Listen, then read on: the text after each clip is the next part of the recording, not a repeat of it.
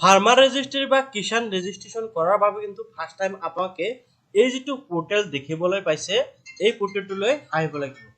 আৰু ইয়াৰ পৰা আপোনালোকে সম্পূৰ্ণ প্ৰসেসটো কমপ্লিট কৰিব লাগিব ওকে তো কেনেকৈ কৰিব লাগিব মই এতিয়া আপোনালোকক স্টেপ বাই স্টেপ দেখুৱাম আৰু আপোনালোকে কত নোযোৱাকৈ আপোনালোকে কিন্তু ঘৰত বহি এই কামটো কৰিব পাৰিব তাৰ বাবে ব্যৱস্থা মই এই ভিডিঅ'ৰ জৰিয়তে আপোনালোকক কৰি দিম তো আশা কৰো আপোনালোকে নিশ্চয় ভিডিঅ'টো সম্পূৰ্ণকৈ চালে সকলো বুজি পাব যেন এতিয়া আপোনালোকে এই ওয়েবসাইটলৈ অহাৰ বাবে আপোনাৰ ল্যাপটপ বা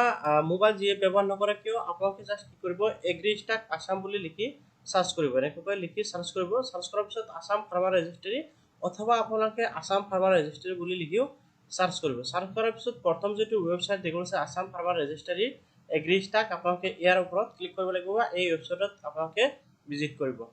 এই ওয়েবসাইটলৈ অহাৰ পিছত আপোনালোকক প্ৰথমতে যেনেকৈ দেখালো ঠিক তেনেকৈ ওয়েবসাইটটো শুৰু কৰিব এটো সাথে আপোনালোকে দেখাইছে অসম চৰকাৰৰ মানে এই পেজটো বা ওয়েবসাইটটো তো এতিয়া আপোনালোকে ইয়াতে চাওক দেখাইছে লগইন আছে আপোনালোকে user ID register mobile number এনেকৈ খুজিছে সো ইয়াতে আপোনালোকে লগইন কৰাৰ বাবে কি কৰিব পাৰিব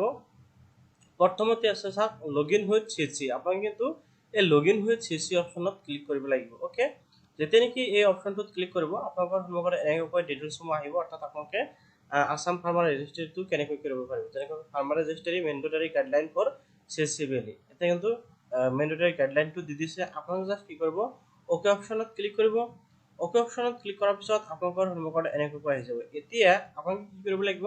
এটা সিসি আইডি আৰু ইয়াতে পাসওয়াৰ্ড দিব লাগিব আৰু ক্যাপচাটো বহাই আপোনালোকে সাইন ইন কৰিব লাগিব তো এতিয়া চাওক আপোনালোকৰ বহুতৰ মনত প্ৰশ্ন আহিব যে ইয়াতে সিসি আইডিৰ পাসওয়াৰ্ড ক'ত পাম তো আপোনালোকে কি কৰিব মোৰ টেলিগ্ৰামত যোগাযোগ কৰিব মই আপোনালোকক সিসি আইডিৰ পাসওয়াৰ্ডটো প্ৰভাইড কৰি দিম যদি ডাইৰেক্ট ভিডিওটো ডেসক্ৰিপচনত দি দিও তেনেক্ষেত্ৰত বহুতেই বহুত ধৰণৰ মানে প্ৰবলেম কৰে পাসওয়াৰ্ডটো চেঞ্জ কৰি দিয়ে কিবা কিবি কৰি থাকে যাৰ বাবে মই ডাইৰেক্ট সিসি আইডিটো আপোনালোকক এতিয়া দিয়া নাই আগৰ কেইবাটাও ভিডিওত মই দিম বহুত ধৰণৰ সমস্যাৰ সন্মুখীন হৈছো সো যাৰ বাবে মই ডাইৰেক্ট আইডিয়াৰ পাসওয়াৰ্ড দিয়া নাই সো আপোনালোকে কি কৰিব টেলিগ্ৰামত মোৰ লগত যোগাযোগ কৰিব মোৰ যেটো টেলিগ্ৰাম আইডিটো দি ৰাখিছো টেলিগ্ৰামত যোগাযোগ কৰিলে মই আপোনালোকক আইডিয়াৰ পাসওয়াৰ্ড দি দিম ওকে তো ইয়াতে আইডিয়াৰ পাসওয়াৰ্ড বহাই সাইন ইন কৰি লম এতে মই ডিটেইলছ খিনি দিছো আইডি পাসওয়াৰ্ড ক্যাপচা বহাই দিছো এতে মই সাইন ইন অপচনত ক্লিক কৰি দিলো সাইন ইন অপচনত ক্লিক কৰাৰ লগে লগে এনেকৈ লগইন হৈ যাব আপোনালোকৰ সন্মুখত এনেকৈ লগইন হ'ব এতিয়া ইয়াৰ পৰা আপোনালোকে যোনজন কৃষকৰ বা কিষানৰ ৰেজিষ্ট্ৰেচন কৰিব বিচাৰে সেইজন কৃষকৰ ডিটেইলছ দিব লাগিব তো ডিটেইলছৰ ভিতৰত প্ৰথমতে ইয়াতে দেখাইছে আধাৰ নাম্বাৰ আপোনালোকে দিব লাগিব বাকি ইয়াতে কিন্তু একোৱে নাই ক'বলৈ গলে তো আধাৰ নাম্বাৰটো বহুৱাৰ পিছতহে আপোনালোকে কামসমূহ কৰিব পাৰিব সো ইয়াতে চাওক আধাৰ অথেন্টিকেশন অপশন আহি গৈছে তিনিটাকৈ অপশন পাব যেনেকৈ আধাৰ ওটিপি বায়োমেট্ৰিক ইয়াতে আছে আইৰিছ তো আইৰিছত কাম নকৰে আপোনালোকে ওটিপিৰ জৰিয়তে বা আপোনালোকে বায়োমেট্ৰিকৰ জৰিয়তে কি কৰিব ইয়াতে অথেন্টিকেশন কৰিব তো ইয়াতে যোনজন কিষানৰ আপোনালোকে এপ্লিকেশন কৰিব বা ফাৰ্মাৰ ৰেজিষ্ট্ৰি কৰিব যেন কিষানৰ এটা কিন্তু আধাৰ নাম্বাৰটো বহাব লাগিব আৰু এটা কথা মন কৰিব এটা জাস্ট হে সকল মানুহৰ আধাৰ নাম্বাৰ লব যি সকল কৃষকে নেকি অলৰেডি পিএম কিষান সম্মান নিধি যোজনাৰ জৰিয়তে টকা লাভ কৰি আছে তো মই ইয়াতে এটা আধাৰ নাম্বাৰ বহাই দিম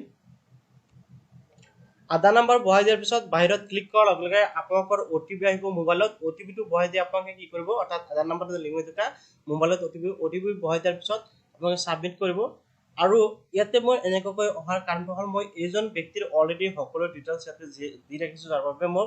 কন্টিনিউ কৰিব দিছো মই জাস্ট কন্টিনিউ কৰিম ওটিপিৰ প্ৰয়োজন নাই তো আপোনালোকে যেতিয়া নেকি ওটিপি বহাই লগইন কৰিব লগইন কৰাৰ পিছত কিন্তু এনেকৈ আপোনালোকৰ সন্মুখত পেজটো খোল খাব ঠিক আছে যোনজন ব্যক্তিৰ বাবে আপোনালোকে এপ্লিকেশন কৰি আছে এজন ফাৰ্মাৰৰ ডিটেইলছসমূহ আহি যাব তো এতিয়া আপোনালোকে কিছুমান ডিটেইলছ দিব লাগিব মই আপোনালোকক বুজাই দি আছো তো প্ৰথমতে ইয়াতে মোবাইল নাম্বাৰটো দিব মোবাইল নাম্বাৰটো দি আপোনালোকে ভেৰিফাই অপচনত ক্লিক কৰিলে ওটিপিটো আহিব আপোনালোকে মোবাইল নাম্বাৰ ভেৰিফাই কৰিব তাৰপিছত ইয়াতে আপোনালোকৰ ইমেইল দেখিবলৈ পাইছে ইমেইলটো আপোনালোকৰ বাবে মেন্ডেটৰী নহয় ইমেইলটো দিলেও হ'ব নিদিলেও কোনো ধৰণৰ অসুবিধা নহয় এণ্ড আপোনালোকে স্ক্ৰল ডাউন হৈ আহিব স্ক্ৰল ডাউন হৈ আহি ইয়াতে কিন্তু ফাৰ্মাৰ ডিটেইলছ দিব লাগিব যেনেকৈ ফাৰ্মাৰ ডিটেইলছসমূহ কিন্তু ইয়াৰ পৰা আপোনাৰ আধাৰ কাৰ্ডৰ পৰা অটোমেটিকলি ডিটেক্ট কৰি ল'ব যেনেকৈ ইয়াতে আপোনাৰ নামটো আহি যাব লগতে ইয়াতে ফাৰ্মাৰ নেম মানে লোকেল ল্যাঙ্গুৱেজ অৰ্থাৎ অসমীয়াত আহিব তাৰপিছত ইয়াতে জেন্ডাৰ দিব ইয়াতে আপোনালোকৰ category ST SC OBC general আপোনালোকৰ যোনটো হয় দিব date of birth and age automatically ল'ব আধাৰ কাৰ্ডৰ পৰা তাৰপিছত ইয়াতে চাওক কেয়াৰ অফ টাইপটো ইয়াতে কিন্তু ফাদাৰ্স নেম বা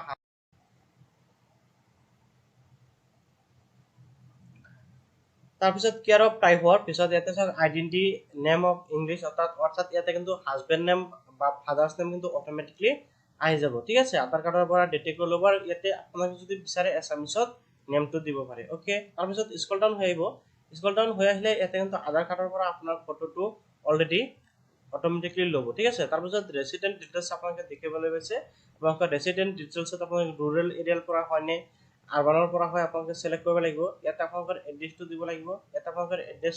এছামিছ ল্যাঙ্গুৱেজত দিব পাৰিব ষ্টেটটো আপোনালোকে সিলেক্ট কৰিব এণ্ড ডিস্ট্ৰিক্ট তাৰপিছত আপোনালোকৰ sub district and village name আপোনালোকে সিলেক্ট কৰি দিব পিনকোড আপোনালোকে দিব লাগিব ঠিক আছে তাৰপিছত ইয়াতে আপোনালোকে অনাৰ মানে মাটিৰ ডিটেইলছসমূহ দিব লাগিব ইয়াতে সব আপোনালোকে দিব আছে ল্যান্ড অনাৰশিপ ডিটেইলছ আপোনালোকে ইয়াতে ক্লিক কৰাৰ পিছত ইয়াতে আপোনালোকে অনাৰশিপ এণ্ড আপোনালোকে কিবা এটা অপশ্যন পাব তো আপোনালোকে কি কৰিব অনাৰশিপত ক্লিক কৰিব লাগিব তাৰপিছত ইয়াতে সব আপোনালোকৰ অকুপেশ্যন ডিটেইলছসমূহ দিব লাগিব যেনেকৈ এগ্ৰিকালচাৰ ল্যান্ড লোইং ফাৰ্মিং এনেকৈ দিছো তাৰপিছত এনেকৈ ডিটেইলছসমূহ দিয়াৰ পিছত ইয়াতে কিন্তু আপোনালোকে আপোনালোকৰ যিখিনি মাটি আছে মাটি ডিটেইলছসমূহ দিব লাগিব যেনেকৈ ইয়াতে ষ্টেটটো সিলেক্ট কৰিলে ডিস্ট্ৰিক্ট সাব ডিস্ট্ৰিক্ট সিলেক্ট কৰাৰ পিছত ভিলেজ সিলেক্ট কৰিব তাৰপিছত আপোনালোকৰ সাৰ্ভে নাম্বাৰ আৰু সাৰ্ভে নাম্বাৰ দিয়াৰ পিছত আপোনালোকে ইয়াতে অনাৰ নাম্বাৰ আপোনালোকে দিব লাগিব এণ্ড আপোনালোকে এই ডিটেইলছসমূহ দিয়াৰ পিছত স্ক্ৰল ডাউন কৰিব স্ক্ৰল ডাউন কৰাৰ পিছত ইয়াতে চাওক মাৰ্জিনেল ফাৰ্মাৰ হেভিং ল্যান্ড অৰ্থাৎ আপুনি যে খেতি কৰে সেই খেতিৰ কিমান পৰিমাণ মাটিত খেতি কৰে হেক্টৰ হিচাপত কিন্তু আপোনালোকক ইয়াতে দিবলৈ দিছে ওকে আপোনালোকে সেই সময় ইয়াতে দিব লাগিব তাৰপিছত আপোনালোকে স্ক্ৰল ডাউন কৰি আহিলে স্ক্ৰল ডাউন কৰি আহিলে আপোনালোকে কিন্তু সোশ্যাল ৰেজিষ্টাৰ্ড ডিটেইলছসমূহ আপোনালোকৰ যদি আছে দিব অন্যথা নিদিলেও কোনো ধৰণৰ প্ৰবলেম নাই ঠিক আছে এই ডিটেইলছসমূহ দিব তাৰপিছত আপোনালোকে সকলো দিয়াৰ পিছত ডিপাৰ্টমেন্ট অফ এপ্ৰুভেল যেটো আছে এটা ৰেভিনিউ আপোনালোকে দিব ৰেভিনিউৰ পৰা যেটো চৰকাৰৰ পৰা হেৰি কৰা হয় এপ্ৰুভ কৰে তাৰপিছত আপোনালোকে স্ক্ৰল ডাউন হৈ আহিব স্ক্ৰল ডাউন হৈ আহি দুটাকৈ অপচন পাব এই দুটা অপচনত কিন্তু আপোনালোকে কি কৰিব লাগিব টিক লগাই দিব লাগিব ওকে টিক লগাই দিয়াৰ পিছত আপোনালোকে এইটো অপচন যেটো দেখো আছে সেভ অপচন আপোনালোকে জাস্ট এই সেভ অপচনত ক্লিক কৰিব ওকে সেভ অপচনত ক্লিক কৰাৰ পিছত আপোনালোকে দেখিবলৈ পাব ফাৰ্মাৰ ৰেজিষ্ট্ৰি পেমেন্ট অৰ্থাৎ ইয়াৰ পৰা আপোনালোকে পেমেন্ট কৰিব লাগিব your e-sign is already complete payment is pending অৰ্থাৎ মই অলৰেডি যেটো কামখিনি কৰি ৰাখিছো যাতে ভিডিওটো দিগলীয়া নহয় তো মই জাস্ট এটা প্ৰসিড টু পেমেন্ট অপচন ক্লিক কৰি দিম প্ৰসিড টু পেমেন্ট অপচনত ক্লিক কৰাৰ লগে লগে আপোনালোকক নেক্সট পেজলৈ লৈ যাব আৰু ইয়াৰ পৰা আপোনালোকে পেমেন্ট কৰিব লাগিব এতিয়া পেমেন্ট কেনেকৈ কৰিব এটা আপোনালোকে CSC আইডি বহাব লাগিব প্ৰথমতে CSC আইডিটো বহাই দিয়াৰ পিছত আপোনালোকে ভ্যালিড অপচনত বা প্ৰথমতে আপোনালোকে ইয়াতে পাছৱৰ্ড খুজিছে এতিয়া আপোনালোকে প্ৰথমতে CSC আইডিৰ যেটো পাছৱৰ্ড সেই পাছৱৰ্ডটো বহাই আপোনালোকে ভ্যালিডেট অপচনত ক্লিক কৰিব লাগিব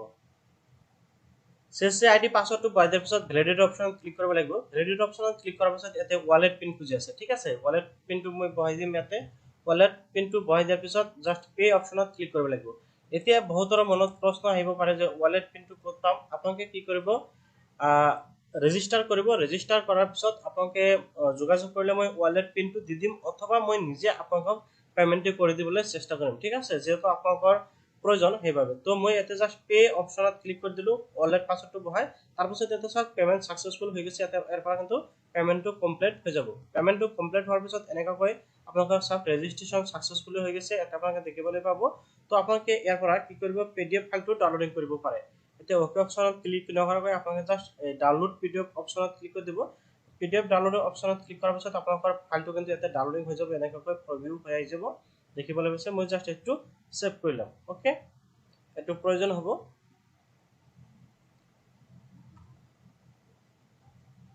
মই এটো সেভ কৰি ললো আৰু আপোনালোকৰ সন্মুখত কিন্তু এনেকৈ ডিটেইলছসমূহ আহি যাব ওকে মই অলৰেডি